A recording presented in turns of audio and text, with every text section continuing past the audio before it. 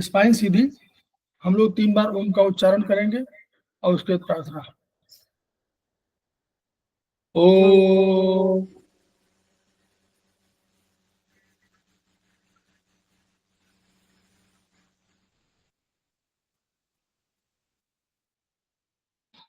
ओ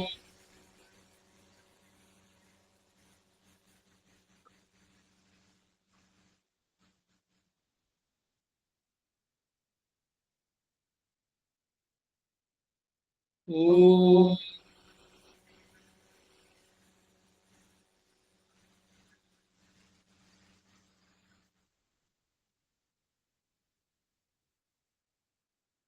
वह शक्ति हमें दो दयानिधे, कर्तव्य मार्ग पर डट जाएं, पर सेवा पर उपकार में हम निज जीवन सफल बना जाएं। वह शक्ति हमें दो दयानिधे, कर्तव्य मार्ग पर डट जाए। हम दीन दुखी निबलों विकलों के सेवक बन संताप हरे, जो है बिछड़े भूले भटके उनको तारे खुद तर जाए। वह शक्ति हमें दो दयानिधे, कर्तव्य मार्ग पर डट जाए। छल देश दंभ पाखंड झूठ अन्याय से निश दिन दूर रहे, जीवन हो शुद्ध सरल अपना, शुच प्रेम सुधारस बरसाए। वह शक्ति हमें दो दयानिधे, कर्तव्य मार्ग पर डट जाए। निज आन मान मर्यादा का प्रभु ध्यान रहे, अभिमान रहे, जिस देव भूमि में जन्म लिया, बलिदान उसी पर हो जाए। वह शक्ति हमें दो दयानिधे, कर्तव्य मार्ग पर डट जाए। पर सेवा पर उपकार में हम निज जीवन सफल बना जाए।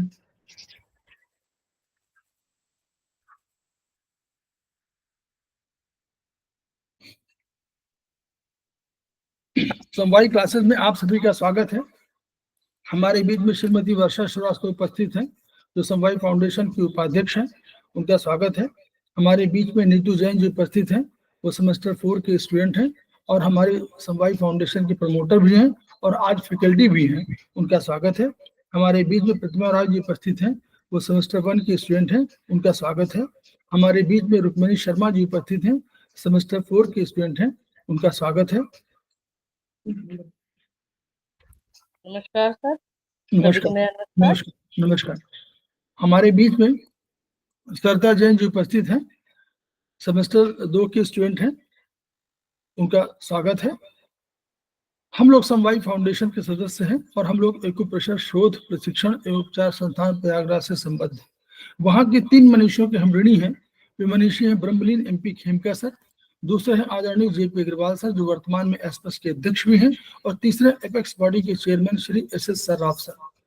इन 3 मनुष्यों के अतिरिक्त अन्य गुरुओं से भी हमने ज्ञान की शिक्षा ग्रहण किया है, चिकित्सा के संदर्भ में भी और चिकित्सा शिक्षा के संदर्भ में भी।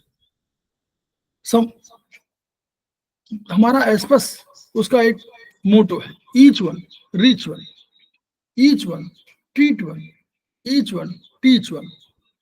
उसी को आपके माध्यम से जन जन जागरण अभियान के तहत पूरे विश्व में फैलाने की कामना हम करते हैं और हमें विश्वास है कि आपके माध्यम से ये विधा जो अपेक्षाकृत कम खर्चीली है, उसका लाभ केवल आपको ही नहीं मिलेगा, आपके घर परिवार को ही नहीं मिलेगा, आपके पास पड़ोसी को भी नहीं मिलेगा, बल्कि समस्त पीड़ित मानवता को मिलेगा।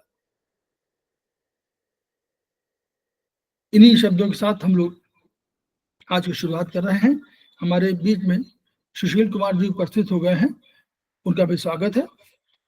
तो हम लोग पुनः नीतू जैन जी का स्वागत कर रहे हैं, और आज की फैकल्टी ही वो, और जो हमारा परीक्षण है, जो परीक्षण भाग 1, ये हमारा सेमेस्टर 3 का ये कोर्स है, और ये कब, क्या, क्यों, कैसे, कहाँ, यानी कैसे हम लोग ट्रीटमेंट के, जो हमारा मॉडर्न साइंस है वो कौन से टेस्ट करता है, और कैसे टेस्ट से हम लोग क्या समझ पाते हैं, ये अगर हम लोग जान जाते हैं तो हम लोग चिकित्सा में हमारी मदद मिलती है कि हमको करना क्या है।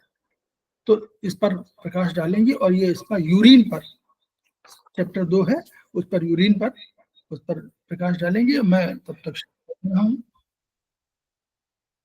सुधा पाठक जी उपस्थित हो गई हैं, सेमेस्टर 4 की स्टूडेंट हैं, समवाय फाउंडेशन के प्रमोटर भी हैं, उनका स्वागत है।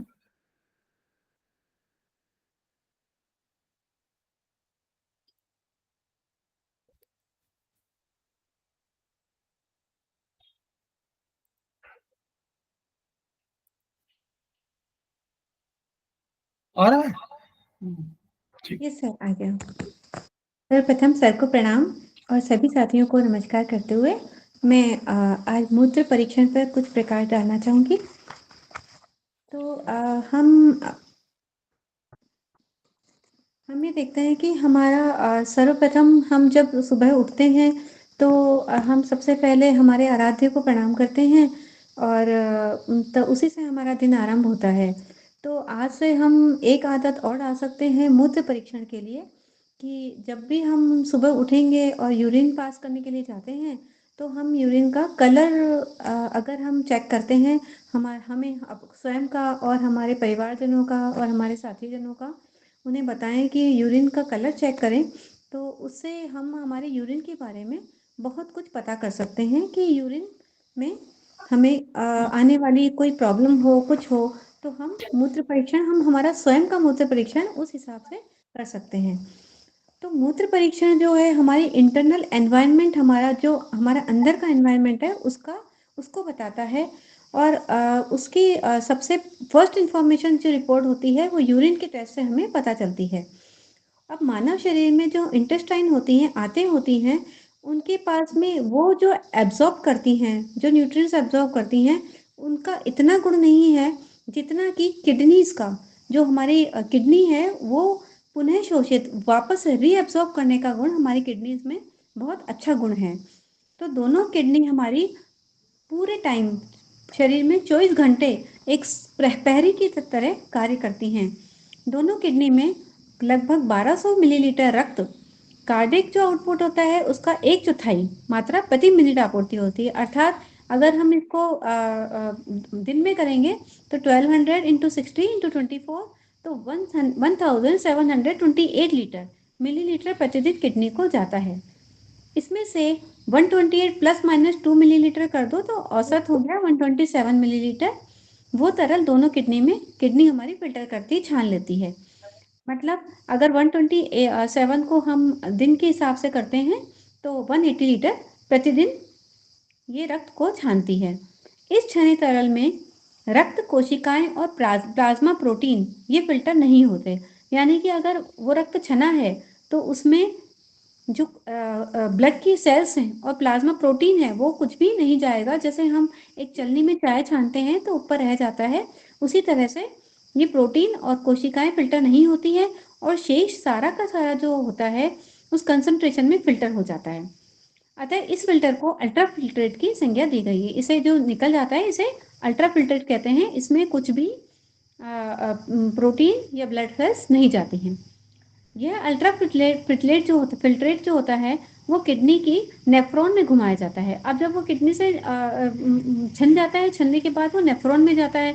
वहाँ पर हमारे स्पेसिफिक सेंसर्स लगे हुए होते हैं, बहुत सारे सेंसर्स होते हैं। इन सेंसर्स की मदद से उस अल्ट्रा फिल्ट्रेट में से आवश्यक तत्व वापस रीएब्सॉर्ब कर लिए जाते हैं। हम जानते हैं, हमने किडनी वाले लेक्चर में पढ़ा है की रीएब्जॉर्प्शन की क्षमता किडनी में होती है।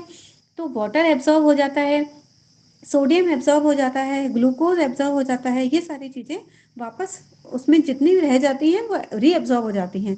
और 180 लीटर अल्ट्रा फिल्ट्रेट में से सिर्फ 1.5 लीटर प्लस माइनस 0.3 लीटर तरल मूत्र की अधिकतम होल्ड करने की क्षमता से के रूप में शरीर से बाहर उत्सर्जित किए कर दिए जाते हैं।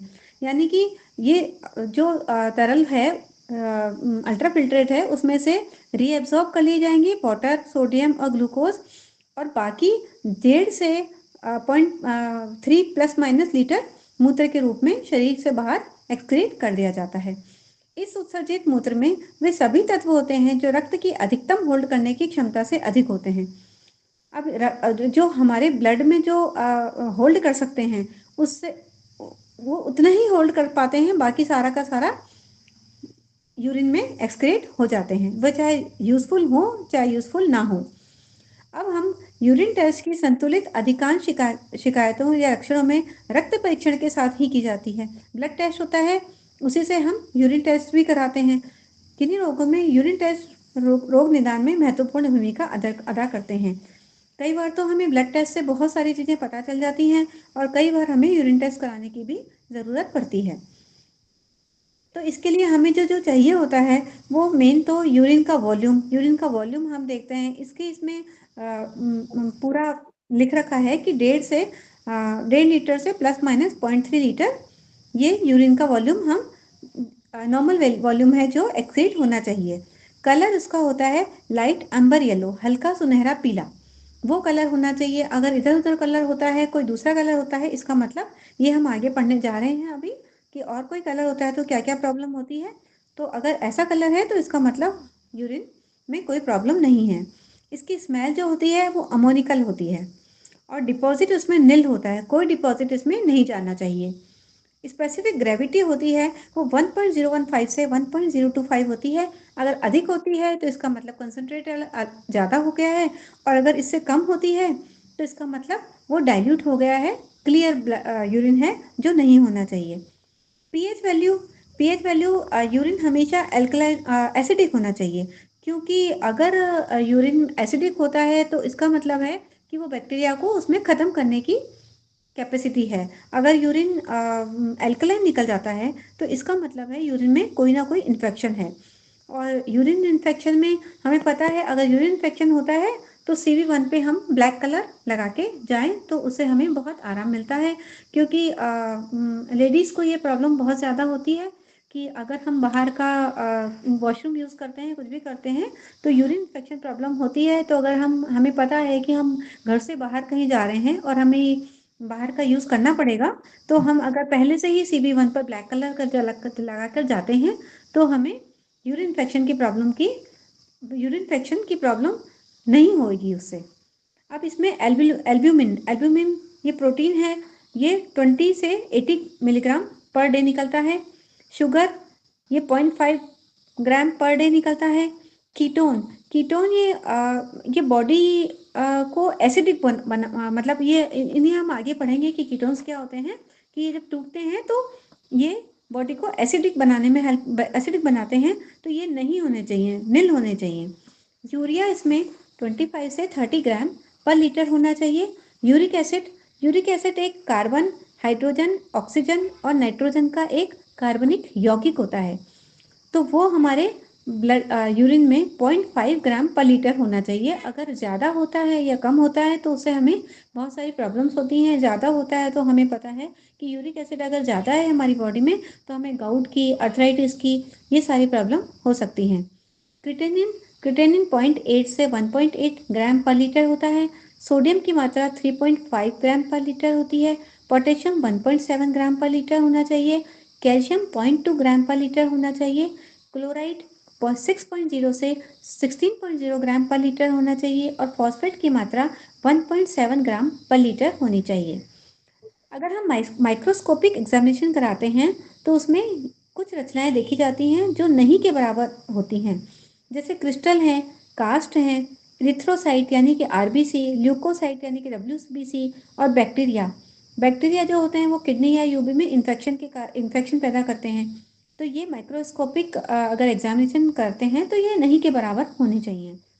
अब यूरिन का अगर हम टेस्ट करेंगे तो एक्सक्रीटरी सिस्टम के रोगों हेतु प्राथमिक तौर पर उपयोगी हैं, किंतु अन्य रोगों में किडनी की इन्वॉल्वमेंट अनुमान करने हेतु भी उपयोगी होता है। वैसे तो हमें यूरिन टेस्ट में हमारी जो प्रॉब्लम्स होती है उसके बारे में पता चलता है, लेकिन अगर हमें किडनी के बारे में पता करना है तो उससे भी हमें यूरिन टेस्ट के कराने से काफ़ी कुछ पता चलता है कि हमें किडनी में तो कोई प्रॉब्लम नहीं है। अब अगर स्टैंडर्ड मेथड पर देखा तो रोगी को अगर अस्पताल में एडमिट कराते हैं तो उसका 24 आवर्स का इनपुट और आउटपुट जो जो भी उसने खाया पिया है या एक्सक्रीट किया है उसका चार्ट मेंटेन करते हैं।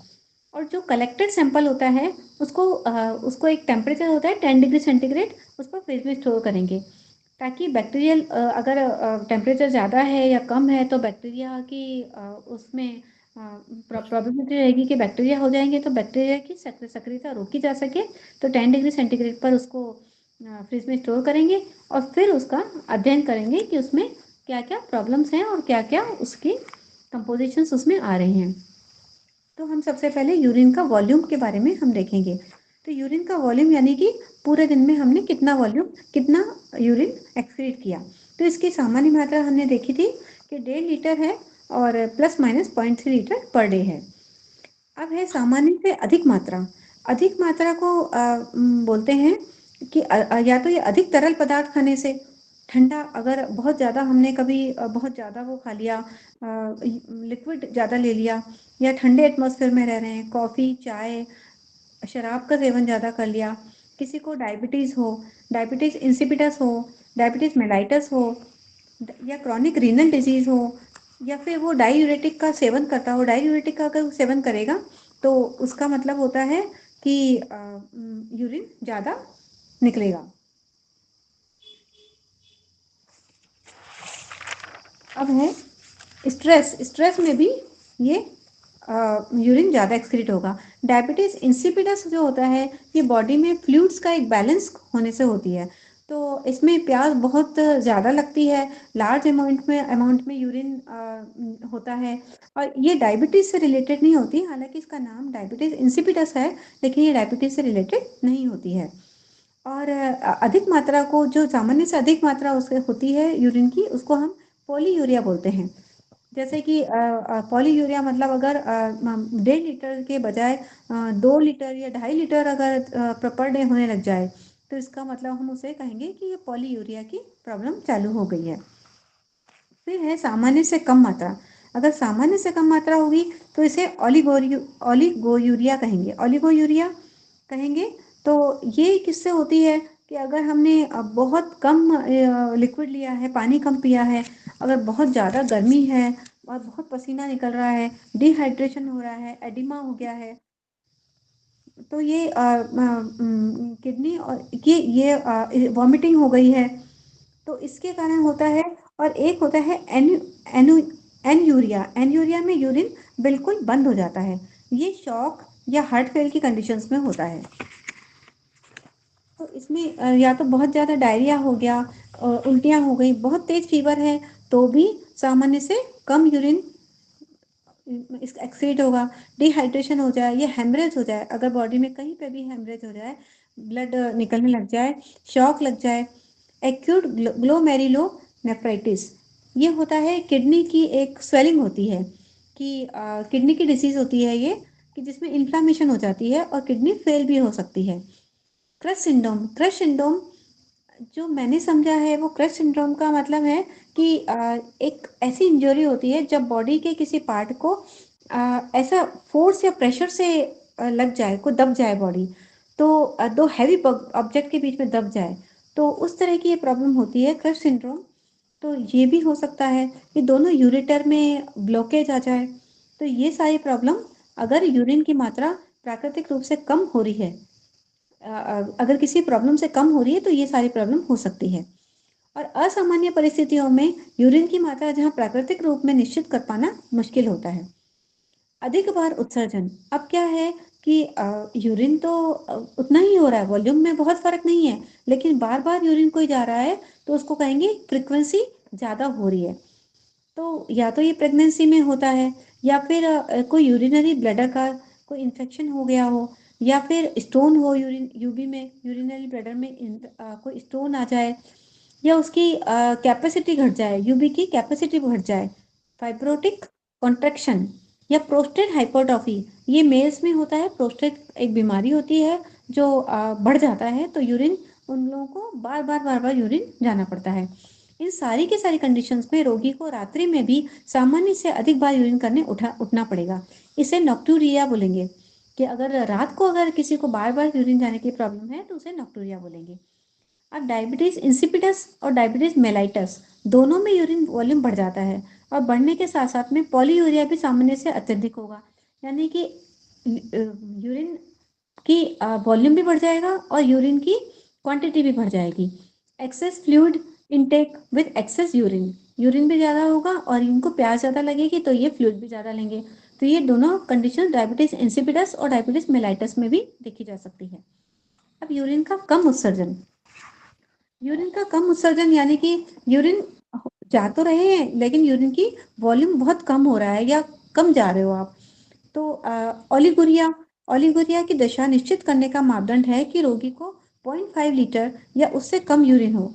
अब यूरिन होना चाहिए हमें 1.5 लीटर, 1.5 लीटर होना चाहिए कम से कम, और अगर 0.5 500 मिलीलीटर ही हो रहा है या उससे भी कम हो रहा है तो उसे ओलिगुरिया की दशा कहेंगे।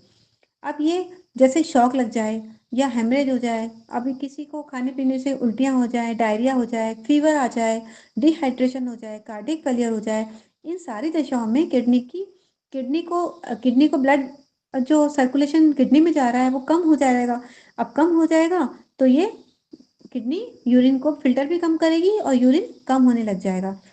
तो इस अगर किसी को यूरिन नहीं हो रहा है, किसी को यूरिन की प्रॉब्लम हो रही है, तो हमें पता है K1 हमारे तलवों में नीचे आता है पॉइंट, तो K1 पे हम तेज दबाव देंगे तो यूरिन होने लग जाएगा, और CB1 पर भी हम प्रेस कर सकते हैं।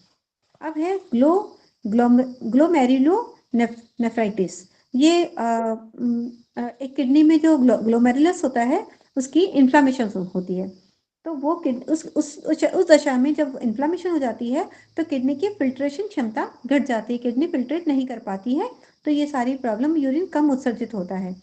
या फिर यूरिनरी ऑब्स्ट्रक्शन, कोई ना कोई अवरोध आ जाए, या प्रोस्टेट हो जाए, या यूरेथ्रा में कोई घाव हो जाए, अगर कोई ना कोई उसमें कोई चोट लग जाए, कोई घाव हो जाए, तो ये यूरिन कम उत्सर्जित होगा। अब है इनकॉन्टिनेंस ऑफ यूरिन, यूरिन उत्सर्जन अनियंत्रित हो जाए, यानी कि अगर हम यूरिन जा रहे हैं और यूरिन हो नहीं पा रहा हो, मतलब यूरिन हम रोक नहीं पा रहे हैं यूरिन को, हमारी रोकने की जो हम जानते हैं कि हमें ये होता है, यूरिन रोकने के लिए हमें उसे बोलते हैं सिंपैथेटिक और सिंपैथेटिक। तो सिंपैथेटिक नर्व से ये होता है, अगर उसमें कोई प्रॉब्लम आ जाती है तो हम ये, या फिर ये यूरिनरी ब्लैडर का स्पिंचर जो होता है वो वृद्धावस्था में ढीले पड़ जाते हैं। ये स्पिंचर दो होते हैं, एक तो इंटरनल होता है और एक एक्सटर्नल होता है। जो इंटरनल होता है वो स्मूथ मसल के बने होते हैं और ऑटोनॉमिक नर्वस सिस्टम के कंट्रोल में होते हैं। तो एक्सटर्नल स्पिंचर जो होता है वो वॉलंटरी कंट्रोल में होता है। अगर उसमें कोई प्रॉब्लम आ जाए तो अगर एक्सटर्नल में कोई प्रॉब्लम आ जाए तो यूरिन अपने आप से ड्रॉप बाय ड्रॉप निकलने लगेगा। स्पाइनल कॉर्ड का अगर इन्फेक्शन हो जाए, विशेषकर लंबर क्षेत्र में न्यूरोलॉजिकल डिसऑर्डर हो जाए, अगर लंबर क्षेत्र में अगर कोई डिसऑर्डर हो जाता है तो उस दशाओं में यूरिनरी ब्लैडर में एकत्र हुआ यूरिन बहुत अधिक दाब के कारण बिना जानकारी एक्सक्रीट होने लगता है, हमें पता ही नहीं चलता और यूरिन बाहर निकलने लगता है। अब है वेदनापूर्ण यूरिन उत्सर्जन, डाइसूरिया, मतलब इसमें अगर यूरिन होता है तो बहुत पेनफुल होता है। यह स्थिति एक्सक्रीटरी सिस्टम में हुए संक्रमण की, अगर कोई इन्फेक्शन हो जाता है तो ये डाइसूरिया हो जाता है। संक्रमण का कारण जो होता है वो किडनी का जो फ्लूइड होता है वो एसिडिक होना चाहिए, अगर वो एल्कलाइन हो जाएगा तो कोई ना कोई इन्फेक्शन बताएगा। अब है यूरिन का कलर, तो यूरिन का कलर सामान्यतः होना चाहिए एम्बर येलो, हल्का पीले रंग का होना चाहिए। तो यूरोक्रोम पिगमेंट की वजह से ये होता है। और अगर ऐसा नहीं है तो असामान्य परिस्थितियों में स्मोकी कलर होगा। तो ये आरबीसी की मौजूदगी, या तो आरबीसी अगर यूरिन में जा रहा है, या किडनी का अगर कोई डैमेज हो गया तो आरबीसी यूरिन में एक्सक्रीट हो रहा है, या यूरेटर में स्टोन हो रहा है, या यूरिनरी ब्लैडर में स्टोन है, तो स्मोकी कलर का यूरिन दिखेगा। फिर है रेडिश ब्राउन। अगर हीमोग्लोबिन यूरिन में एक्सक्रीट हो रहा है तो रेडिश ब्राउन दिखेगा। ब्राउनिश ब्लैक, अगर मेलानिन पिगमेंट होता है तो ये ब्राउनिश ब्लैक दिखेगा। ब्लैक, अगर कोई आयरन ट्रीटमेंट ले रहा है, कोई आयरन की पिल्स ले रहा है, आयरन की कोई ना कोई ट्रीटमेंट ले रहा है, तो उसके कारण यूरिन का कलर ब्लैक दिखने लगेगा। रेड, रेड कलर या तो किसी दवा से होता है, ये दवा का नाम है रिफैम्पिसिन, या फिर हम बीट रूट खाते हैं, कभी कभी हम चुकंदर खाते हैं, तो उसकी वजह से भी ये रेड दिखने लगेगा। ये जो दवा होती है ये टीबी की दवा होती है, जिससे कि यूरिन का कलर रेड दिखने लग जाता है। पिंकिश ब्राउन, ये urobilin, haemolytic anaemia, malaria, beta haemolytic सुसाई, इसमें यूरोबिलिन एक्सक्रीट होने लगता है, तो उसके कारण पिंकिश ब्राउन कलर होने लगता है। ग्रीन कलर बाइल पिगमेंट के कारण होता है। अगर बाइल पिगमेंट जैसे हमें जॉन्डिस वगैरह हो जाता है तो बाइल पिगमेंट उसमें निकलने लग जाए तो ये ग्रीनिश येलो कलर निकलने लग जाता है। अब है क्लाउडी, क्लाउडी या टर्बिड कलर। ये बैक्टीरिया अगर निकलने लग जाए, ल्यूकोसाइट, फॉस्फेट, यूरेट, ये ऑक्जेलेट, ये हम आगे पढ़ेंगे, यूरिन में हम निकलता है जो, तो उसके कारण क्लाउडी कलर हो जाता है। मिल्की कलर, ये काइलूरिया, काइलूरिया बोलते हैं इसे।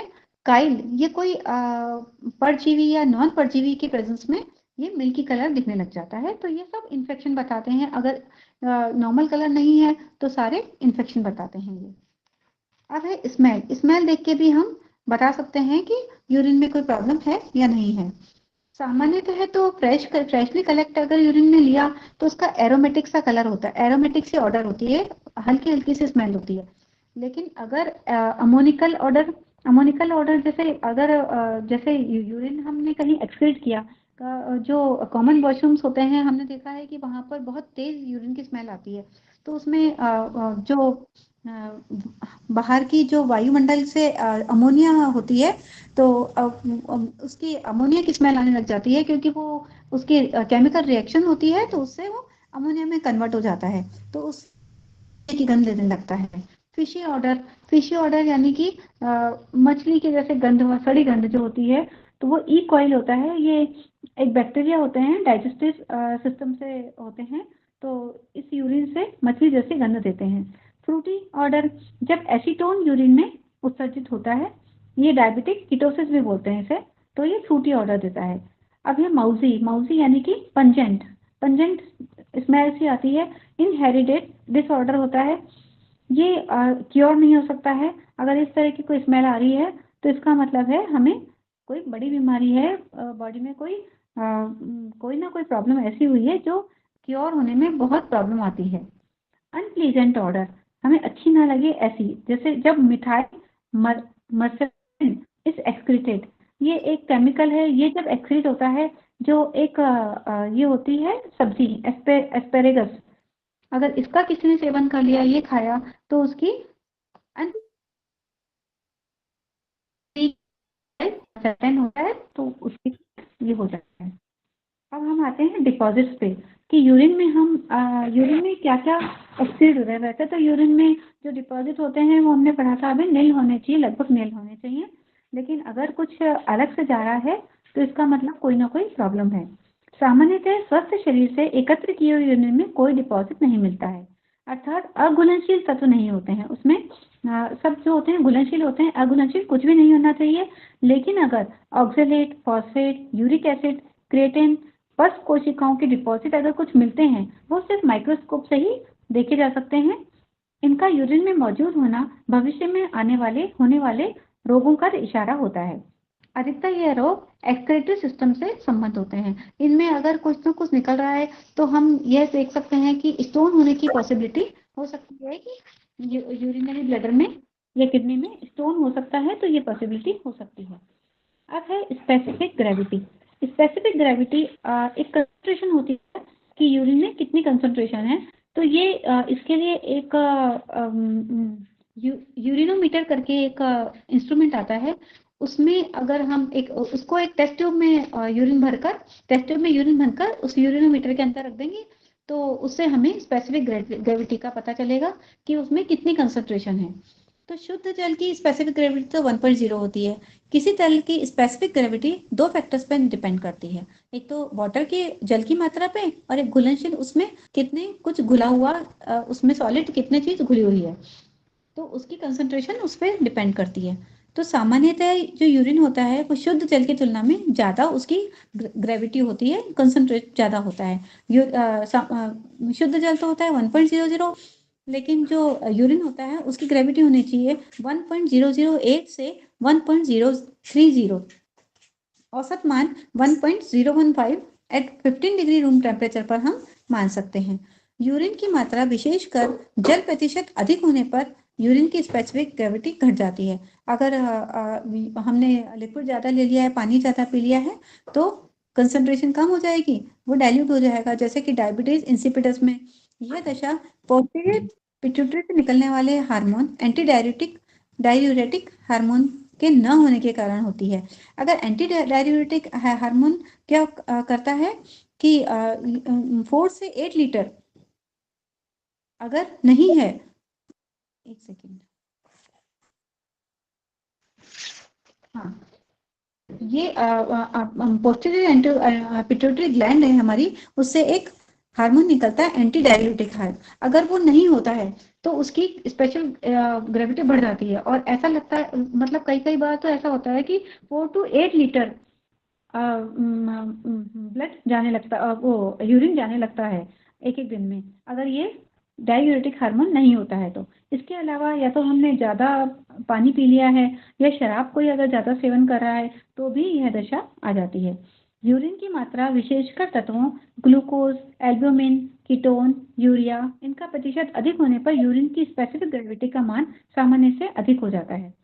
जैसे कि डायबिटीज मेलाइटस के रोगी में ग्लूकोसूरिया या कीटोन्यूरिया, ग्लूकोज अधिक उनको यूरिन के साथ में एक्सक्रीट होने लगता है। नेफ्रोटिक सिंड्रोम के रोगी में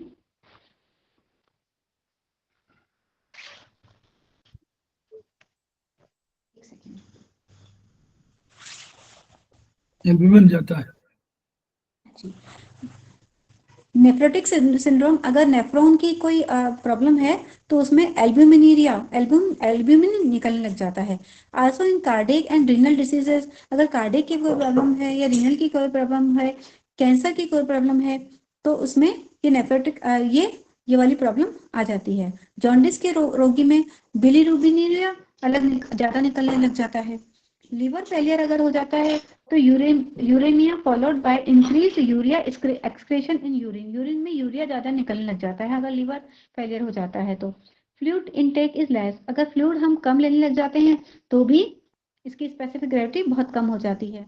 हाई फीवर, अगर बहुत ज़्यादा फीवर है तो water gets evaporated from skin, पानी हमारी बॉडी से निकल जाता है गर्माहट के कारण, तो एल्ब्यूमिन इज एक्सक्रीटेड और एल्ब्यूमिन भी निकलने लग जाता है, तो इसकी मात्रा कम हो जाती है।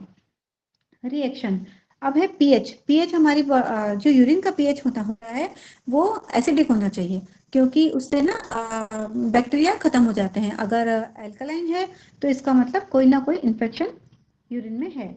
स्वस्थ व्यक्ति संतुलित भोजन के साथ निम्न रूपों में हाइड्रोजन आयंस उत्पन्न करता है। ये हाइड्रोजन आयंस निकलते हैं तो carbonic acid from CO2 and H2O, और दिन भर में 300 लीटर कार्बन डाइऑक्साइड उत्पन्न होती है।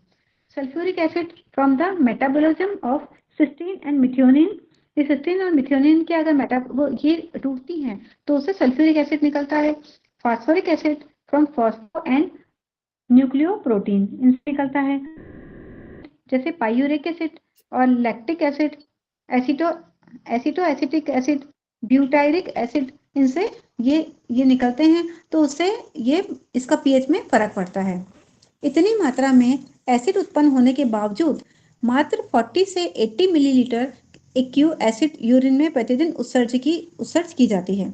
इतना एसिड हो रहा है उसके बाद भी इतना ही 40 से 80 एसिड यूरिन में निकलता है। इनमें से अधिकतम भाग डाई हाइड्रोजन फॉस्फेट एवं अमोनिया सॉल्ट के रूप में और थोड़ी सी मात्रा स्वतंत्र हाइड्रोजन के रूप में उत्सर्जित की जाती है। इसी स्वतंत्र हाइड्रोजन को नापकर व्यक्ति के शरीर में हो रही समस्त मेटाबॉलिक क्रियाओं एवं एसिड बेसिक बैलेंस की स्थिति को पीएच से एक्सप्रेस करते हैं। जो हम ये जो थोड़ा सा जो हाइड्रोजन आयन निकल रहे हैं, इसी को नापकर हम पीएच को हम पता करते हैं कि पीएच कितना है। स्वस्थ व्यक्ति की किडनी 4.8 से 8.0 पीएच वाला यूरिन उत्सर्जित करने की क्षमता रखती है और यूरिन का जो पीएच होता है वो 5 to 7 पीएच होता है। और यूरिन का पीएच अधिकतर व्यक्ति द्वारा लिए गए भोजन से वेरिएबल होता है। जो हम भोजन खाते हैं उसी से हमें उसका पीएच पता चलता है कि ज़्यादा है या कम है। अगर प्रोटीन अधिक ले लिया तो H2SO4 ये सल्फ्यूरिक एसिड है, H2PO3 का ये प्रोडक्शन बढ़ जाता है, तो यूरिन में अमोनिया की मात्रा बढ़ जाती है, तो यूरिन बहुत ज़्यादा एसिडिक हो जाता है। तो ये भी कंडीशन अच्छी नहीं होती है। अगर फल या सब्जियां बहुत ज़्यादा खाने लग गए, उसमें ऑर्गेनिक एसिड होते हैं, सिट्रेट्स, ऑक्जेलेट्स, जो शरीर में बायोकार्बोनेट आयंस उत्पन्न करते हैं, तो यूरिन बहुत ज़्यादा एसिड एल्कलाइन हो जाता है। और सामान्य रेंज में यूरिन का जो पीएच है वो ही शरीर की स्वस्थता का द्योतक है। एसिडिक यूरिन जो है एक्सक्रीटरी सिस्टम को बैक्टीरियल इन्फेक्शन से बचाता है और यूरिन एल्कलाइन होता है तो वो इन्फेक्शन बताता है। अब है यूरिन का बहुत ज्यादा इसी को समझ लीजिए यहीं पर, ये जो जी सर। पॉइंट है H पॉजिटिव है ना, तो H हाइड्रोजन आयन हमेशा एसिडिक होते हैं और बाइकार्बोनेट आयंस जो HCO3 है वो माइनस लिखा हुआ है, वो बाइकार्बोनेट आयंस जो होते हैं वो एल्कलाइन होते हैं। हमको बैलेंस करना होता है H और OH में, उसको OH बोल रहे हैं, तो H और OH जैसे पानी में होता है H और OH, तो वो OH आयंस है वो बाइकार्बोनेट आयंस के उसमें है। तो जब भी कभी एसिडिक बढ़ेगा तो यानी H आयंस की मात्रा बढ़ रही है और OH आयंस की मात्रा बढ़ेगी तो हमारा एल्कलाइन होगा, ये हमेशा ध्यान रखिए। तो जितनी जितनी चीजें H हाइड्रोजन आयन उत्पन्न कर रही हैं उससे उतना ही एसिडिक होता चला जाएगा। ठीक है, बस यही ध्यान रखना है, अधिक नहीं। केवल ये कि वर्चुअली किसकी वजह से होता है। अमोनिया क्या है, अमोनिया एक जब भी हम लोग कार्बन डाइऑक्साइड का सब करते हैं तो कार्बन डाइऑक्साइड निकलती है, उससे अमोनिया बनता है। अमोनिया सेकेंड स्टेज है। फिर अमोनिया के अगर अमोनिया को बहुत दिन तक रख दिया जाएगा तो अमोनिया पूरे सिस्टम को जला देगी, तो इसलिए उसको तुरंत ही लीवर को ट्रांसफॉर्म करना पड़ता है यूरिक एसिड और इसमें यूरिया में। तो यूरिक एसिड में, क्योंकि यह जो है पानी में घुलनशील होते हैं, इनको पानी में घुलनशील निकाल करके और यूरिन के माध्यम से निकाल देती है। तो हमको करना क्या है कि जो बॉडी करती है वो कार्बन डाइऑक्साइड को बाहर निकालने का काम कर रही है। तो कुछ तो निकल गया वहां से, लेकिन उसमें जैसे अमोनिया डेवलप हुई तो अमोनिया को भी जल्दी से पिघला करके वो जल्दी से उसको रिएक्शन करा करके और उसको कार्बन यूरिक एसिड और यूरिया के माध्यम से उसको बाहर निकालने का काम हमारा किडनी सिस्टम करता है। ठीक जी सर।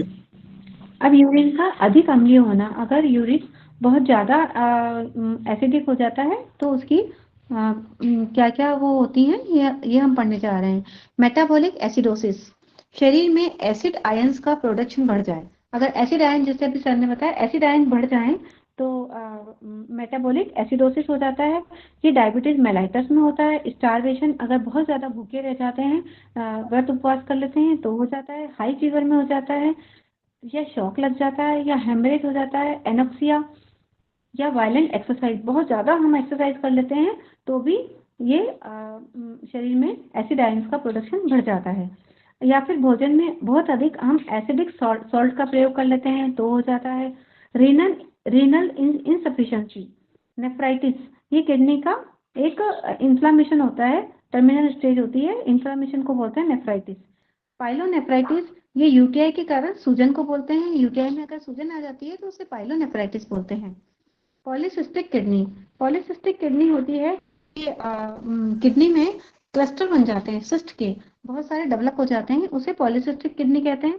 हाइड्रोनेफ्रोसिस एक एक्सेस फ्लूइड निकलने लग जाता है किडनी से, जो कई बार किडनी यूरिन छानने पूरा फिल्टर नहीं कर पाती है, तो वो किडनी यूरिन वापस बैक किडनी में जाता है, तो उसे हाइड्रोनेफ्रोसिस बोलते हैं।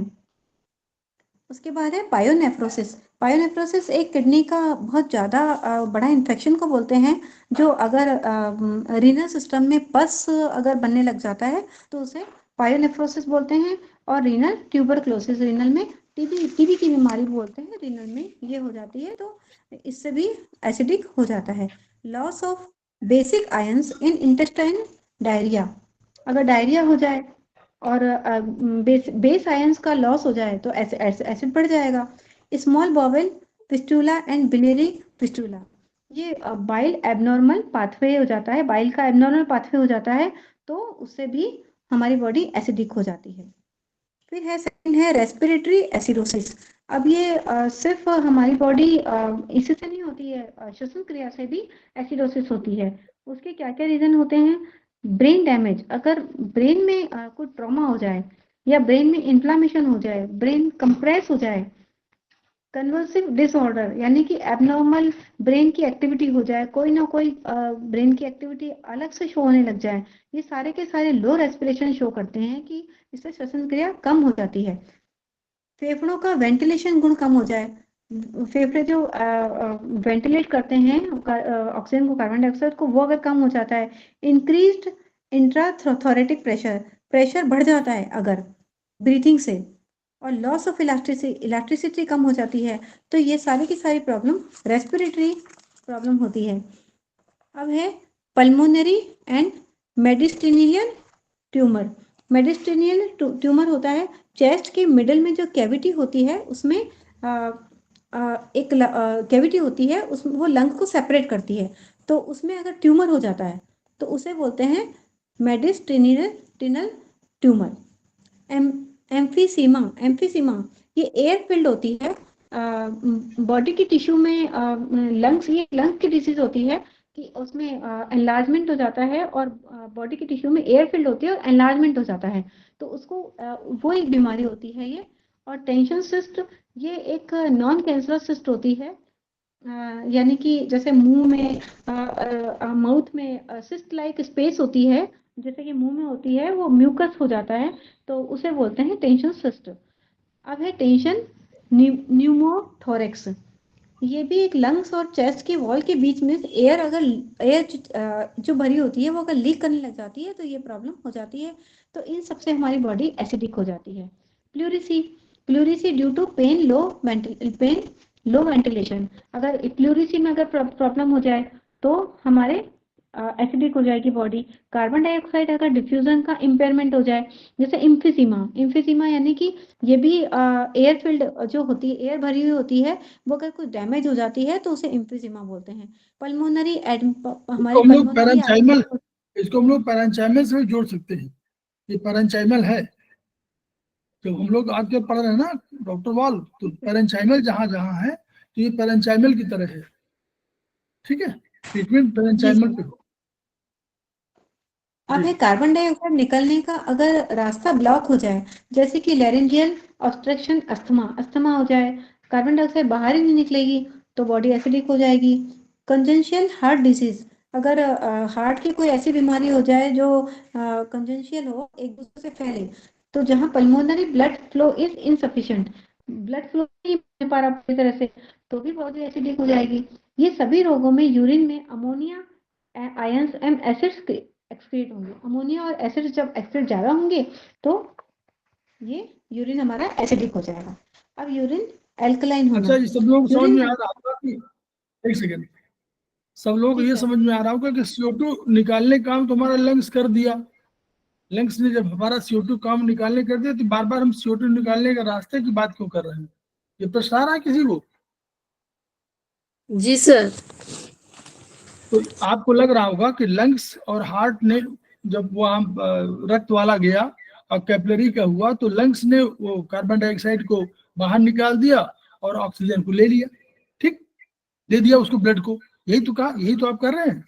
जी लेकिन सर। नहीं, आप आगे अंदर आइए, शरीर में जब सेल के अंदर गया, हर सेल, हर हार्ट का भी सेल है, सब सारे सेल है ना, हर जगह के सेल होगा, ब्रेन का भी सेल होगा, हार्ट का भी सेल होगा, सारे उन सब सेल में क्या हो रहा है, माइटोकॉन्ड्रिया हम लोग पढ़े हैं ना, तो माइटोकॉन्ड्रिया में क्या हो रहा है, वो ग्लूकोज अंदर जा रहा है और ग्लूकोज का कंबशन हो रहा है, मतलब उसके केमिकल को रिएक्शन हो रहा है उस, और आपके पास ग्लूकोज है और उसके कार्बन डाइऑक्साइड, वो ऑक्सीजन गई है, कहाँ से गई है, ये जो रक्त लेके गया है ये हर सेल में गया है, तो हर सेल में इसने क्या किया, ऑक्सीजन लिया और ग्लूकोज लिया और उनसे क्या है, केमिकल रिएक्शन हो गया, ठीक।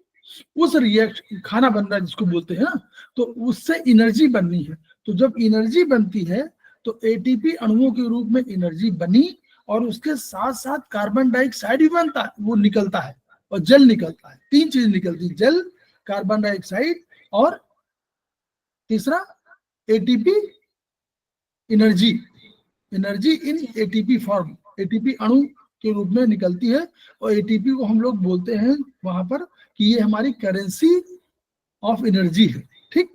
तो अब ये जो हर सेल में है, तो इस सेल को भी तो निकालना है अल्टीमेटली।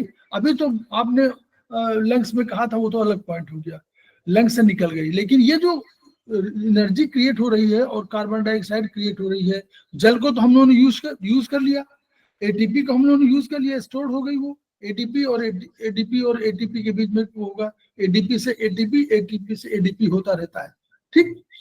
इसको हम लोग बोलते हैं कौन सा, कोई साइकिल बोलते हैं ना इसको, sir Krebs cycle, yes it is known as Krebs cycle, ये माइटोकॉन्ड्रिया में होता है। तो ये जो हर सेल में हो रहा है, ये उस CO2 को निकालने कोई रास्ता तो होगा, उस रास्ते की बात करते हैं। ये CO2 अगर हमारी निकली, जितना अभी वॉल्यूम बताया गया है, अगर उतनी निकलेगी तो वो पूरे पूरे इक्विवेलेंट टू, जिसको बोलते हैं इक्विवेलेंट टू HCl, उस HCl के इक्विवेलेंट का जो परसेंटेज आया है उसमें जला देगी पूरे शरीर को। तो इसलिए इसको कहा गया कि इस कार्बन डाइऑक्साइड को अमोनिया में कन्वर्ट होगा, प्रोसेस है, ऐसा नहीं है, एक अमोनिया में कन्वर्ट होगा, अमोनिया से फिर लीवर इसको करेगा, ट्रांसफॉर्म करेगा यूरिक और यूरिया में, यूरिक एसिड में और यूरिया में, और तब इसको बाहर निकाल देंगे, ये प्रोसेस है पूरा। तो उसमें सहयोग कौन कर रहा है, लीवर कर रहा है और आपका किडनी कर रही है, तो ये सब प्रोसेस है। इसीलिए एक CO2 निकालने का रास्ता कहीं आपका अवरुद्ध हो जाएगा तो अस्थमा हो जाएगा, तो जितनी जितनी प्रॉब्लम हो जाएगी और निकालने की प्रॉब्लम होती जाएगी, ठीक है, अल्टीमेटली तो वही जाएगा। सर बॉडी के दो तरह से CO2 निकलता है, इसका मतलब? हाँ, हर सेल में है, हर सेल में है CO2 ना, हर सेल में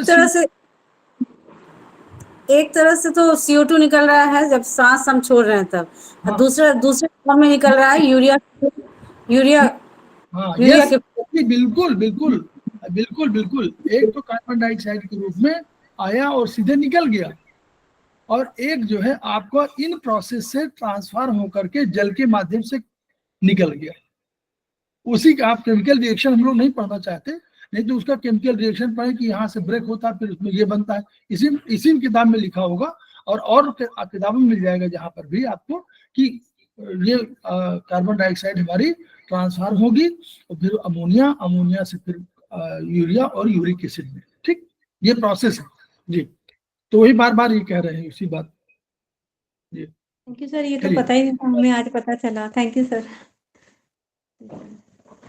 अब यूरिन का एल्कलाइन होना, अब मेटाबॉलिक एल्कोलोसिस, अगर हमारे स्टमक से, आमाशय से हाइड्रोक्लोरिक बाहर निकल जाता है, जैसे कि HCl कम हो गया, तो HCl कम हो गया तो पाइलोरिक इंटेस्टाइनल अवरोध हो गया कोई, तो फिर हमारी बॉडी बहुत ज़्यादा एल्कलाइन हो जाएगी। भोजन में बहुत अधिक NaHCO3 यानी कि हम सोडा यूज़ करते हैं, कई बार हम फर्मेंट करने के लिए किसी चीज़ में सोडा डालते हैं, तो वो लेने से बॉडी हमारी बहुत ज़्यादा एल्कलाइन हो जाए, या सोडियम या पोटेशियम एसीटेट, लैक्टेट्स, साइट्रेट्स, ये सब हम अगर लेते हैं तो उससे भी हमारी बॉडी बहुत ज़्यादा एल्कलाइन, यूरिन में निकलने लग जाता है, यूरिन एल्कलाइन हो जाता है। शरीर में अगर पोटेशियम की कमी हो जाती है तो भी हमारी यूरिन एल्कलाइन हो जाता है। एक्सरे या रेडियम थेरेपी, अगर ये कोई किसी प्रॉब्लम में हम एक्सरे कराते हैं या रेडियम थेरेपी कराते हैं तो हमारे ब्लड में हाइड्रोजन आयंस की कंसंट्रेशन कम हो जाती है, तो उसमें भी हमारे यूरिन में से यूरिन एल्कलाइन हो जाता है। अब है रेस्पिरेटरी, जैसे हमने रेस्पिरेटरी एसिडिक पढ़ा था वैसे ही रेस्पिरेटरी एल्कोलोसिस, सीएनएस के रोग, सेंट्रल नर्वस सिस्टम के जो रेस्पिरेटरी सिस्टम को स्टिमुलेट करते हैं। मेनिंजाइटिस, ये हमारी ब्रेन की 3 परतें होती हैं, ड्यूरामीटर, पायामीटर एंड एर्कनॉइड मैटर। तो ये उनका ये सुधा कुछ बोल रहे हो? नहीं, लेयर की बात कर रहे थे ना, वही बता रही थी, एक्नोइड मीटर। तो ये मेनिंजाइटिस होता है। एनसेफेलाइटिस, ये है ये भी ब्रेन का एक इन्फेक्शन होता है जिसमें इन्फ्लामेशन हो जाती है, सूजन हो जाती है, उसे ही बोलते हैं। सैलिसाइलेट पॉइजनिंग, ये एक नोजिया हो जाए, वॉमिटिंग हो जाए या टिनिटस हो जाए, उसको बोलते हैं सैलिसाइलेट पॉइजनिंग। हाइपर पायरेक्सिया, ये बहुत तेज फीवर में होता है, बहुत तेज फीवर हो जाता है तो इसे हाइपर पायरेक्सिया बोलते हैं। तो इन सब में हमारे यूरिन एल्कलाइन हो जाता है। हिस्टीरिया एक माइंड की स्टेट होती है जिसमें हम ओवर इमोशनल हो जाते हैं। हाई एटीट्यूड एक्सपेक्टेशन, भी बहुत ज्यादा ऊंचाई पे बहुत प्रॉब्लम हो जाती है, कभी पहाड़ों पे बहुत ऊंचाई पे चले जाएं। हिपेटिक कोमा, ये डैमेज लिवर अगर डैमेज हो जाता है तो ब्रेन के फंक्शंस भी लेस हो जाते हैं, उसमें ये हेपेटिक कोमा हो जाता है। इन सभी दशाओं में रोगी के यूरिन में बायोकार्बोनेट HCO3 माइनस का उत्सर्जन सामान्य से अधिक बढ़ जाता है और बॉडी यूरिन हमारा एल्कलाइन हो जाता है। अब है प्रोटीन, ये हमने अभी देखा था, अब हम प्रोटीन के देखेंगे। प्रोटीन हमारी यूरिन में से प्रोटीन जब बाहर निकलना चाहता है तो एल्बुमिन, सामान्य स्वस्थ व्यक्ति जो है वो संतुलित भोजन पर है, उसके यूरिन में कोई प्रोटीन नहीं होता, नील निकलता है। किंतु यदि प्रोटीन परीक्षण अगर 24 आवर्स रख के बात करा जाए, उसका टेस्ट किया जाए, तो क्वालिटेटिव और क्वांटिटेटिव पर ये 20 से 80 मिलीग्राम पर डे निकलता है। अब रक्त प्रोटीन की मात्रा अपनी अधिकतम क्षमता से नहीं रख पाता। जो रक्त है, ब्लड है, वो प्रोटीन स्टोर उसमें ब्लड में कभी भी प्रोटीन स्टोर नहीं होता है और ना ही हमारे शरीर में ही कहीं प्रोटीन स्टोरेज की व्यवस्था है। शरीर में भी हमारे कहीं प्रोटीन स्टोर नहीं होता है। तो शरीर में अधिक प्रोटीन अगर होगा तो यूरिन में निकल जाएगा। अगर बहुत ज़्यादा हमने एक्सरसाइज कर लिया है तो उसमें हमारा प्रोटीन बाहर निकलेगा। किसी प्रेग्नेंट लेडी है, वो स्तनपान कराती है, दूध पिलाती है, तो भी निकल सकता है। अगर ठंडक में बहुत तेज सर्दी हो और ठंडे पानी से ठिठुरते हुए नहाते हैं तो शायद ये इन्होंने लिखा है कि रीनल वेसल कॉन्स्ट्रिक्शन हो जाता है, तो उसके कारण भी प्रोटीन बाहर निकलने लगता है। भोजन में अधिक प्रोटीन हमने लिया तो भी प्रोटीन बाहर निकलेगा। पोस्चुरल पोस्ट प्रोटीन यूरिया, ये 14 से 18 वर्ष की आयु के किन्हीं बच्चों में, अगर वो बच्चे खड़े होते हैं तो किसी किसी बच्चों में प्रॉब्लम होती है, रीनल वेसल उनका कॉन्स्ट्रिक्ट हो जाता है, तो खड़े होने पर वो यूरिन में प्रोटीन जाने लगता है और अगर वो बच्चे लेटते हैं वापस तो वो यूरिन में प्रोटीन नहीं मिलता है। तो इसको भी हम 3 भागों में डिवाइड करेंगे। तो इसमें है प्री रीनल, रीनल और पोस्ट रीनल। तो प्रोटीन का अधिकतम भाग एल्ब्यूमिन होता है, तो इसको एल्ब्यूमिन्यूरिया भी कहते हैं। प्री रीनल होता है, ये सर्कुलेटरी सिस्टम से रिलेटेड होता है। रीनल किडनी से होता है और पोस्ट रीनल किडनी के अलावा जैसे यूबी वगैरह होते हैं, इन सब से होता है। तो सर कुछ कह रहे हैं? नहीं, जहां तक आपको कराना हो कराइए, हमें वो नहीं, जहाँ पर सर आप रोकना बता वहां रोक दीजिए, दीजिएगा। सर आप बता दीजिए जब भी रोकना होगा। ये वाला कंप्लीट करा दो सर, ये वाला चार्ट। करा दीजिए, ये वाला करा दीजिए, बस यही तक खत्म कराइए, फिर आपका एक रह जाएगा आगे। जी सर। इसलिए कि एक साथ सब लोगों को पढ़ना भी है, समझना भी है, सुनना भी है। क्योंकि मतलब ये चूंकि एक ही 2 बार पढ़ा जाएगा ना, इसलिए इसको जो है समझना भी है, सबको समझ रहे हैं, बड़ा चैप्टर है इसलिए बोल रहा हूँ। चलिए बता दीजिए, अगर बताना चाहे इसको बता दीजिए। जी सर, बस ये वाला खत्म कर देती हूँ सर। तो प्री ठीक है, रिनल में चलिए। सर्कुलेटरी सिस्टम होता है। कार्डियक रोग, जो किडनी में कार्डियक रोग अगर कोई हो जाते हैं तो जो किडनी में ब्लड सर्कुलेशन अगर कमजोर हो जाते हैं, तो जैसे राइट हार्ट फेलियर हो जाए, कंजस्टिव कार्डियक फेलियर हो जाए, तो ये इसकी बीमारी, इसमें प्रोटीन निकलने लग जाता है। बहुत तेज फीवर हो जाए, कन्वल्शन हो जाए, मतलब दौरे पड़ने लग जाए, एनीमिया रक्त की कमी हो जाए, एब्डोमिनल ट्यूमर हो जाए, तो पेट में कोई ट्यूमर हो जाए जो रीनल वेन्स को प्रेस कर दे तो ये प्रोटीन निकलने लगेगा। अब किडनी में इस वर्ग के सभी रोग किडनी के रुग्ण होने पर, किडनी की अगर कोई प्रॉब्लम होती है तो प्रोटीन यूरिया में उत्सर्जित करते हैं। एक्यूट एंड क्रॉनिक ग्लूमेरोनेफ्राइटिस, या तो एक्यूट हो या क्रॉनिक हो, ये ग्लूमेरुलस जो होता है उसमें सूजन आ जाए, इन्फ्लामेशन आ जाए, या फिर nephrosclerosis with renal hypertension. Nephrosclerosis ये हाई बीपी के कारण किडनी की डिसीज होती है। रीनल ट्यूबरक्लोसिस ये टीबी की बीमारी होती है। नेफ्रोटिक सिंड्रोम ये किडनी का एक डिसऑर्डर होता है जिसमें बॉडी यूरिन से एक्सेस प्रोटीन निकालने लग जाती है। पॉलीसिस्टिक किडनी ये क्लस्टर ऑफ सिस्ट होते हैं किडनी में, तो इन दशाओं में प्रोटीन निकलने लग जाता है। पोस्ट रीनल है, इन दशाओं में प्रोटीन किडनी से होकर नहीं जाता है, किंतु किडनी के बाद kidney, pelvis, ureter, urinary bladder, prostate या यूरेथ्रा, इनके अगर इनमें कोई इन्फेक्शन हो जाता है तो ये प्रोटीन निकलने लग जाता है। जेनिटो यूरिनरी ट्रैक्ट में भी अगर ब्लड हेमरेज हो जाए तो प्रोटीन निकलने लग जाता है। माइलोमेटोसिस, उसी के नीचे वाला है ये रीनल में ये आएगा, रीनल में आगे और भी है। जी सर, प्री रीनल में ही एक है माइलोमेटोसिस। माइलोमेटोसिस एक कैंसर होता है प्लाज्मा सेल का। लिम्फोसार्कोमा ऑफ इंटेस्टाइन, ये लिम्फोसार्कोमा एक हाईली मैलिग्नेंट ट्यूमर होता है जो जीआई की ट्रैक्ट में डेवलप होता है। फिर है मैलिग्नेंट हाइपरटेंशन, ये हाई बीपी के कारण होता है, मैलिग्नेंट बन जाता है। Collagen disease for example polyarteritis nodosa. Polyarteritis nodosa ये ब्लड वेसल की इन्फ्लामेशन को बोलते हैं। और पेरिरीनियल टिश्यू का इन्फ्लामेशन, ये किडनी के चारों तरफ फैट जमा हो जाता है और इन्फ्लामेशन हो जाता है, उसको पेरिरीनियल टिश्यू बोलते हैं, पेरिनीयल टिश्यू की इन्फ्लामेशन बोलते हैं। अब है किडनी की प्रॉब्लम्स की 6 प्रॉब्लम है। किडनी मैलिग्नेंसी हाइपरफॉर्मा, ये होता है एक किडनी का कैंसर होता है जो कि किडनी की रीनल ट्यूब्यूल्स की जो लाइनिंग होती है उसमें शुरू होता है। एक है pneumonia and diphtheria when affects kidney tissues. Diphtheria ये एक सीरियस कंटेजियस बैक्टीरियल इन्फेक्शन होता है जो नोज और थ्रोट से फैलता है। रीनल वेन अकल्शन, ये ब्लॉकेज ऑफ ब्लड होता है, ब्लड फ्लो अगर किडनी में ब्लॉकेज हो जाता है तो उसके कारण ये प्रॉब्लम होती है। तो इन सब बीमारियों में हमें किडनी से यूरिन से प्रोटीन बाहर निकलने लगता है।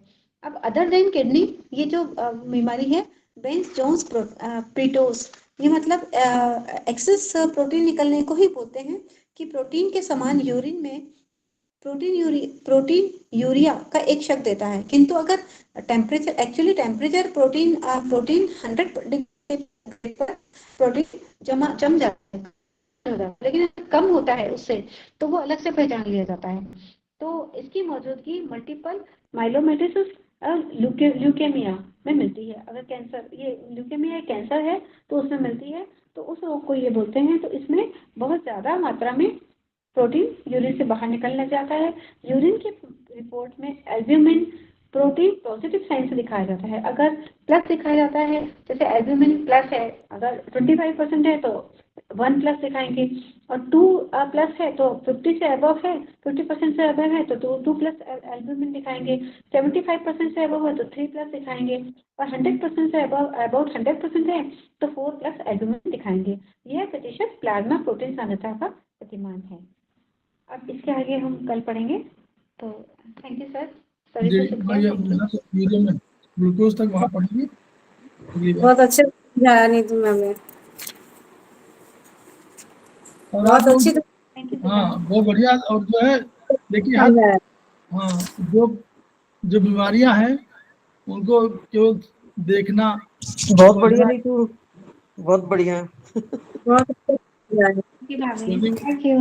समझना भी जरूरी है। सब सर की वो है, सर बताते रहते हैं, हम करते रहते हैं। नहीं मतलब ये इससे क्या होता है कि जब पढ़ेंगे, ऐसा तो है नहीं कि हम लोग सब कोई मेडिकल डॉक्टर तो है नहीं कि वहां से हम लोगों ने पूरा पढ़ा हुआ है इसको, सारे ये रोगों के नाम हैं और उनको नाम हम लोग केवल उसको क्या करता है, हमको क्या करना है हम बता दें आपको। जनरल हमको इन रोगों के संबंध में जहाँ है उनको हमको ट्रांसलेट करना है अपनी लैंग्वेज में। हमारे पास अगर हम आयुर्वेदिक की बात करते हैं, हमारे पास द्रव्य है, उनके गुण हैं, उनके कर्म हैं। अगर हम लोग वहां जा रहे हैं तो वहां भी हमारा जो खेमका सर ने लिखा है किताब में, तो चाइनीज में, तो उसमें हम लोग कहते हैं कि हमारा इसकी डिफिशियंसी है, इसकी एक्सेस है, तो इन है, यांग है, कम है, अधिक है, इन सब के बेसिस पर हम लोग एक ट्रांसफॉर्म करते हैं कि हमको किस रूप में करना है, क्या हमको अटैक है, ह्यूमिड है, या क्या है, तो उसके आधार पर जो वहां ट्रीटमेंट वो करना। तो हमको इनको रोग को जान जाएंगे तो हम क्या करेंगे, हमको लग रहा है कि हमको ये चीज बढ़ी है, जैसे बहुत सी चीजें मान लीजिए हम लोग ट्रांसफॉर्म करिए कि पैरेंचाइमा का है, तो हमको पैरेंचाइमा के हमारे पास मेरिडियन है, उस पैरेंचाइमा की मेरिडियन में हम लोगों ने कहा ओआर मेरिडियन है, तो हम लोगों ने तुरंत उसको पढ़ करके और ओआर पे ट्रीटमेंट देना शुरू कर दिया। फिर ओआर के पास हमको मिल गया कि हमारा पास हमारा एक और जैसे वहां सीएमपी पॉइंट है, तो इन तरह से हम अपने ट्रीटमेंट को इसकी सहायता लेते हैं। ये क्योंकि यहाँ डिफाइंड है, यहाँ उन्होंने रिसर्च किया, डिफाइंड किया, हमारे पास एनर्जी मापने का तरीका हमारे पास डायमेट्रॉन है, अगर वो नहीं है तो एनर्जी हम नहीं नाप सकते हमारे पास। फिर और मैनुअल सिस्टम है, हम एनर्जी हाथ से मानते हैं, प्लस ट्रायल एरर से मानते हैं। जैसे हमने कहा कि 8 घंटे लगा लीजिए, 8 घंटे में उसने कहा कि हमको सेटिस्फेक्शन नहीं हुआ तो 10 घंटे कर दीजिए, उसने कहा नहीं हमारा अधिक हो गया तो उसको कम कर दीजिए। इसके आधार पर हम लोग मापते हैं। तो इसलिए उस सिस्टम में ये सिस्टम हमको सहयोगी साबित होता है कि ये बता देता है कि आपको ये चीज बढ़ी हुई है, तो हम उसको कम कर देते हैं। हमको कहीं के हमको मालूम हुआ कि ये रीनल में और सोडियम का एब्जॉर्प्शन कम कर दिया है, तो हमारे पास तुरंत इसी मिला हुआ है कि वो एब्जॉर्प्शन कम हो रहा है, तो एडीएच कम प्रोड्यूस हो रहा है। ठीक है, तो हमने एडीएच तुरंत देखा, एडीएच कहाँ बनता है, हमने कहा पिट्यूटरी में, तो हमने पिट्यूटरी की ट्रीटमेंट दे दिया। हमारा तरीका समझने का ये है कि हमने एडीएच में देखा कि एडीएच का कम सिक्रेशन हो रहा है, तो एडीएच बनता कहाँ है, तो हमने कहा बनता तो है पिट्यूटरी में, तो हमने पिट्यूटरी को, हमारे पास पिट्यूटरी को कोई पॉइंट है, हमारे आयुर्वेद में भी हमारे पास पॉइंट है, पिट्यूटरी पॉइंट नंबर 7 पर है, वहां पर है। फिर वहां पर हमको टीडब्ल्यू का पॉइंट है, टीडब्ल्यू 3 है ना। फिर वहां पर अगर डॉक्टर वॉल में देखेंगे तो वहां कोई सीएमपी पॉइंट मिल जाएगा हमको किसी ऑर्गन में। तो इस आधार पर हमको ट्रीटमेंट करना है, हम ये सीखना चाहते हैं। इस किताब को पढ़ने का उद्देश्य ये है, बहुत सी डिजीज जो हम लोग जानते नहीं है, इन्हीं के माध्यम से जान जाएंगे। अभी प्लस प्लस लिखा हो हम लोग नहीं जानते, अभी बता दिया नीतू जैन मैडम ने कि प्लस लिखा हो तो 25%, प्लस प्लस लिखा हो 50%, प्लस प्लस प्लस लिखा हो 75%। यानी ये मापदंड जो वहां लिखते हैं उसको कैसे हम लोग समझेंगे, ये भी हमको जानकारी है। तमाम उसमें आता है, प्लस प्लस लिखा हुआ आता है, हम लोग समझ ही नहीं पाते। कहीं कहीं आप टोनिफिकेशन वाला होता है, अप डाउन लिखा होता है ना, एक सिंगल एक डबल, तो उन्हीं सबसे हम लोग ट्रांसलेट करते हैं कि वहां क्या है। एक लिखा हुआ तो इसका मतलब कितने %, 2 लिखा हुआ तो कितने %। तो नॉर्मली ये बहुत बढ़िया वहां का सिस्टम है कि 25% के आसपास 4 अगर स्टेजेस कोई बनी होती हैं तो उसमें 25% से लेकर के 100% तक का जो होता है। आप तमाम उसमें देखेंगे, क्यों कहेंगे कि वो ग्रेड 1 का है, ग्रेड 2 का है, ग्रेड 3 का है, ग्रेड 4 का है, तो वो ग्रेड जहां है वहां इसका मतलब कि उतना डेविएशन हो गया है, ये इस तरह रूप में आता है। तो हम लोग इसको पढ़ें, समझें, दूसरे को समझाएं, वीडियो शेयर करें, बताएं, उससे मालूम होगा, बताएं कि ये वर्चुअली परीक्षण एक किताब है जो इस रूप में संदर्भ में अच्छी है कि हम लोग रोगों के बारे में जान जाते हैं कि कौन से रोग का क्या वो है, कलर कितना है, कैसा वो है। तो और किताबों में पढ़ें, इससे अधिक स्टैंडर्ड किताब है। और जो कि वहाँ के एचओडी रहे हैं उनको, और ये एचओडी बनने का इतिहास बताया ही है, इन्हीं का एचओडी बनाने का इतिहास है ना, जेसी अग्रवाल साहब का, जो हमारे पढ़ाना शुरू किए थे, इन्हीं की मैडम बता रही थी, वो इन्हीं को वो प्रोस्टेट वाली जो प्रॉब्लम हुई थी इन्हीं को होनी थी, जिसको हम लोगों ने पहले बता दिया था, जो सर ने पहले बता दिया था कि जेपी अग्रवाल सर ने कि आपको अभी नहीं है तो 6 महीने बाद हो जाएगी। तो उन्होंने कहा कि ये हो ही नहीं सकता, आप लोग तो ऐसे सब बोलते रहते हैं। तो उसी संदर्भ में और जब 6 महीने बाद उन्होंने जाके स्टडी किया, स्टडी करने पर ठीक हुआ, तो उनका कोई सिम्टम नहीं है। फिर अगली बार जब 6 महीने बाद किया तो उनको ये प्रॉब्लम आई, तो उनका प्रॉब्लम आई, तब उन्होंने अपने सारे सबऑर्डिनेट सारे डॉक्टर्स को बुलाया और कहा बताइए 6 महीने पहले हम जान सकते थे कि ये हमको होगा? बोले नहीं सर। तो उनका तो उनको कैसे मालूम हो गया? तब उन्होंने यहाँ पर पढ़ाना शुरू किया, उन्होंने ये किताबें लिखा और पढ़ाना शुरू किया BHB, और उल्टा जो है हमारे यहाँ से पढ़ना शुरू कर दिया चाइनीज और आयुर्वेदिक। ऐसा इतिहास है उनका, ये JC अग्रवाल साहब का। तो इसीलिए इनके नाम पर वहाँ बना हुआ है ना छतनाग में, JC अग्रवाल साहब का वो क्या कहते हैं, एक वो हॉल जो है उन्हीं के नाम पर हॉल डेडिकेट कर दिया गया है। तो हम लोग इन्हीं शब्दों के साथ अपने करते हैं कि अगर हम लोग अपनी विधा को बढ़ाना चाह रहे हैं तो हम लोग अधिक से अधिक प्रचार करेंगे। जितना प्रचार होगा उससे ये मालूम होगा कि ये विधा, हमारी विधा बहुत जो एक्यूप्रेशर की विधा है, बहुत एक तो कम खर्चीली है, दूसरा उसका हमको कहीं जाना नहीं है, हमको हमारे पास मेथी है, मटर है, कुछ भी है, हम उसको करना लगा देंगे तो हमारा काफी कुछ काम हो जाएगा, और तभी वो सार्थक होगा जो संस्थान का सपना है कि each one reach one, each one treat one, each one teach one. इन्हीं शब्दों के साथ हम लोग अभी विराम लेते हैं 2 मिनट का, फिर हम लोग मिलते हैं दोबारा।